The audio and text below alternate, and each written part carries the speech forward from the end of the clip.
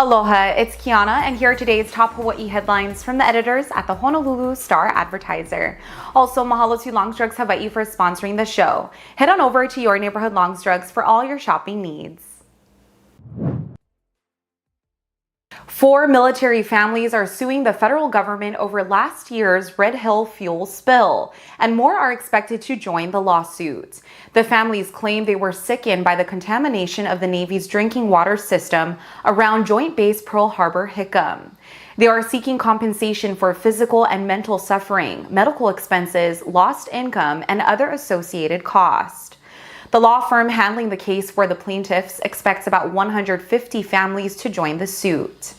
In November, hundreds of families on the Navy's drinking water system reported the smell of fuel coming from their taps. Some exhibited worrying symptoms like nausea, vomiting, diarrhea, burning, and itching skin and rashes. Navy and state health officials subsequently confirmed that fuel from the Navy's underground Red Hill fuel facility had contaminated the drinking water. The families suing the federal government all say that they suffered illnesses at the time of the contamination and have continued to endure health problems. The Navy does not discuss specific claims, but in a statement said it is focused on ensuring the safety and health of those impacted from the November fuel spill. Hawaii's COVID-19 numbers continue to decline this week. The Hawaii Department of Health today reported 12 new coronavirus-related deaths and 1,777 new infections over the trailing week. Hawaii's COVID-19 death toll stands at 1,644, and health officials have recorded 339,514 cases since the start of the pandemic.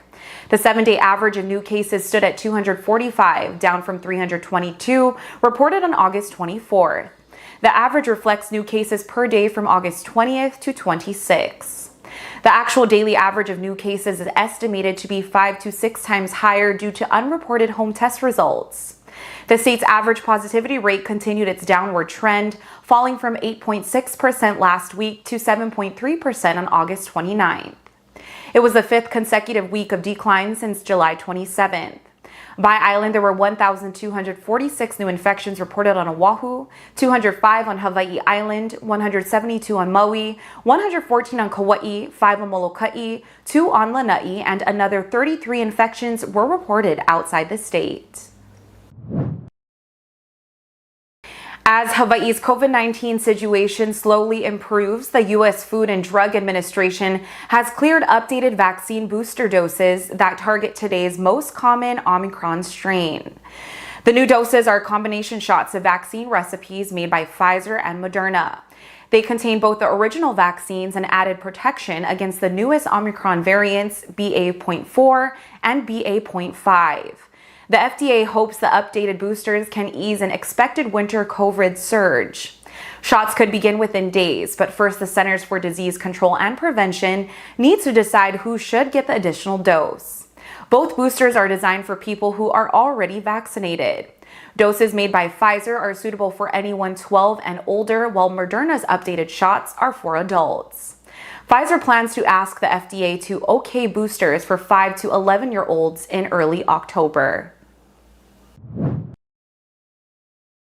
An 81-year-old visitor to the islands has died after he was found in waters off Anini Beach on Kauai. At about 12:40 Monday afternoon, Honolulu firefighters and ocean safety personnel responded to a call for a man who was unresponsive in the water. Ocean Safety found James Perkle, Jr. of California face down in the water wearing a snorkel mask about 100 yards offshore. First responders administered CPR until medics arrived, but attempts to revive Perkle were unsuccessful. An autopsy has been scheduled, but police do not suspect foul play. Meanwhile, a 19-year-old woman is in serious condition after her vehicle fell off a cliff on Round Top Drive Tuesday afternoon. The Honolulu Emergency Medical Services said the apparent accident occurred at around 5:20 in the evening near Ainalani Place. Paramedics treated the woman and transported her to an emergency room. No further information about the incident was released. The UN Weather Agency is predicting La Niña conditions to last through the end of the year. If they do, it will be the 3rd straight year with a La Niña event. According to the World Meteorological Organization, the so-called triple dip will be the first this century. La Niña is a cyclical phenomenon that changes weather patterns around the world by cooling large parts of the equatorial Pacific. It is the opposite of the better-known El Niño and often leads to Atlantic hurricanes, less rain, and wildfires in the western U.S.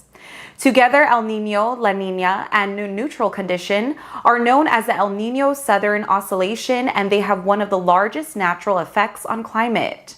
Officials say La Niña conditions have strengthened in recent weeks, which could lead to agricultural losses in the U.S. and beyond. For more on these stories and all the latest headlines, subscribe to the Honolulu Star-Advertiser. Visit Hawaii's top source for breaking news online at staradvertiser.com and download the Star-Advertiser mobile app. Also, don't forget to sign up for Football Fever. Mahalo, have a great day, and we'll see you back here tomorrow.